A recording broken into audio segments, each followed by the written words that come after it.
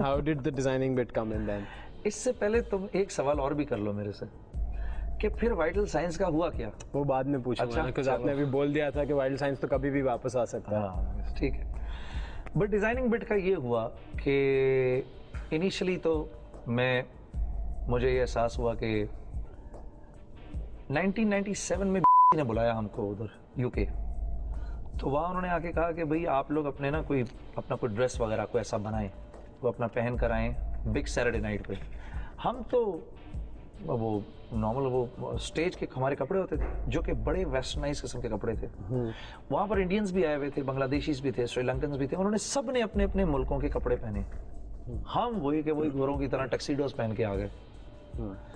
तो वो मुझे उस दिन ज़रा एहसास हुआ यार कि ये मुझे ज़रा ना इसके बारे में कुछ करना चाहिए। या हमारा जो पाकिस्तानी ड्रेस है, जो कल्चरल ड्रेस है, वो एक बड़ा ग्लैमरस ड्रेस है। It's just that we don't patronize it. Yeah. We have to patronize it. So Yeah. as soon as I came back, I said to myself, I'm going to get into it because it was very close to my heart and it was very close to what I used to do. So that's how I got into it. Okay. And उसके बाद once you started designing, आपने अपनी shop खोली and then you shut the shop down for some time as well and then you resurfaced again. तो वो क्यों हुआ था, वो बंद क्यों हुई थी और वो क्या?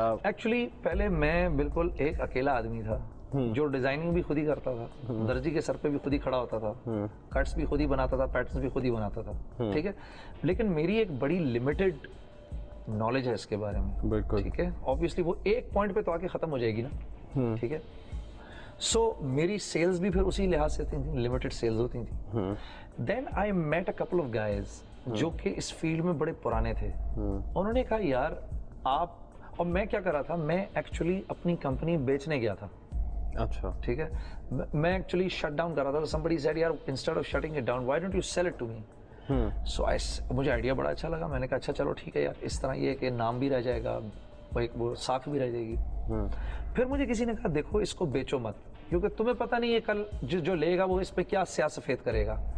तुम एक काम करो, कुछ लोगों के साथ काम शुरू कर दो जो इस लाइन के ही लोग हैं, लेकिन तुम इस कारोबार में बीच में रहना। So then I got a couple of people there. तब भी काफ़ी अरसे, साल डेढ़ तक खुद ही सारी डिज़ाइनिंग खुद ही करनी पड़ी। तुम्हें पता है, तुम खुद एक डिज़ाइनर हो, तुम्हें पता है शुरू में कोई तुम्हारे लिए पैसा नहीं बनाता, आपको खुद सब कुछ शुरू में करना पड़ता है। फिर आफ्टर अ वाइल ये कि मुझे बड़े सारे डिज़ाइनर्स ने ज्वाइन कर लिया। एक मेरे साथ एक लड़का होता था, उबैद होता था, मुझे पता नहीं वो आजकल किधर है। बड़ी उसने हमारे लिए डिज़ाइनिंग की। मैं बड़ा, मेरा यार था वो, बड़ा दोस्त था। तो फिर उसके बाद फिर हमने खुद शुरू कर दिया। अच्छा, बहुत सारे लोगों ने they turned really against you when they heard कि जी अब आप गाने नहीं गाएंगे and you were found with the dadhi and topi on your head and salwar ऊपर हुई। A lot of people turned against you, a lot of people had issues from both sides. बहुत सारे मौलवियों को भी इशू हुआ था कि कौन सा सिंगर हमारे पास आ रहा है और उसने पता नहीं क्या क्या हरकतें की हुई हैं, और बहुत सारे सिंगर्स और बहुत सारे सेलिब्रिटीज थॉट पता नहीं क्या हो गया इसको, पता नहीं गाने नहीं चल रहे तो ये वहाँ पे चला गया। So what was your take on that? How did you confront people? I remember one of your friends mentioned that आप उनको अपने साथ लेके गए, वहाँ से he actually either got upset with you or something and he walked out of the tabligh and वो Salman did. Exactly. Salman Ahmed walked out of the tabligh saying कि पता नहीं आप लोग किस तरह की बातें कर रहे हैं और क्या कर रहे हैं। So how did you balance yourself in those turmoil? It was very difficult to balance myself. तो गिरे, चोट खाई, फिर खड़े हो गए, फिर गिरे, फिर चोट खाई, फिर खड़े हो गए।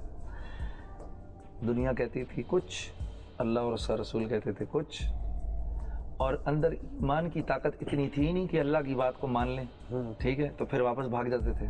मुझे लोगों ने कहा आपने दाढ़ी रखी, कटा दी, फिर रखी, फिर कटा दी। तो वो इसकी वजह यही तो थी कि मैं कैसे दुनिया के सारे मज़े छोड़ दूँ। मैं कोई तबलीग में लग के एकदम से मैं कोई पीर कामिल तो नहीं बन गया था। मैं खुद यार एक कमज़ोर आदमी था, ठीक है, who was trying to find his footing, ठीक है ना। तो इसलिए एक पॉइंट आता था जब नहीं ले सकता था इन सारी चीज़ों को, प्रेशर्स बहुत ज़्यादा होते थे तो गिर जाता था। Okay. चला जाता था वापस। अच्छा, बहुत सारे एक दो और रिपोर्ट्स थी when you guys used to tour. This is going back to your days of singing. When you guys used to tour, a lot of people had issues with your attitudes. हाँ। आपको ये कभी किसी ने बोला कि जी when you guys were performing or before going on stage या after coming back you guys had some major head rush and वो आप लोगों से तमीज़ से बात नहीं करते थे या अच्छा एक बात तो मैं कहूँगा मुनीब कि अखलाकी तौर पे रोहेल शहजाद, मैं तो अपने बारे में तो मैं नहीं कह सकता, मैं तो खैर था ही उखड़ मिजाज आदमी, लेकिन Rohel Shahzad were a couple of best human beings that I've ever known. Okay, and what about when you were solo and going and traveling alone? यार गुस्सा ना आना, गुस्सा तो सिर्फ गधे को नहीं आता, बाकी इंसानों को तो गुस्सा आता है, ठीक है, कभी कंट्रोल हो जाता है, कभी नहीं होता।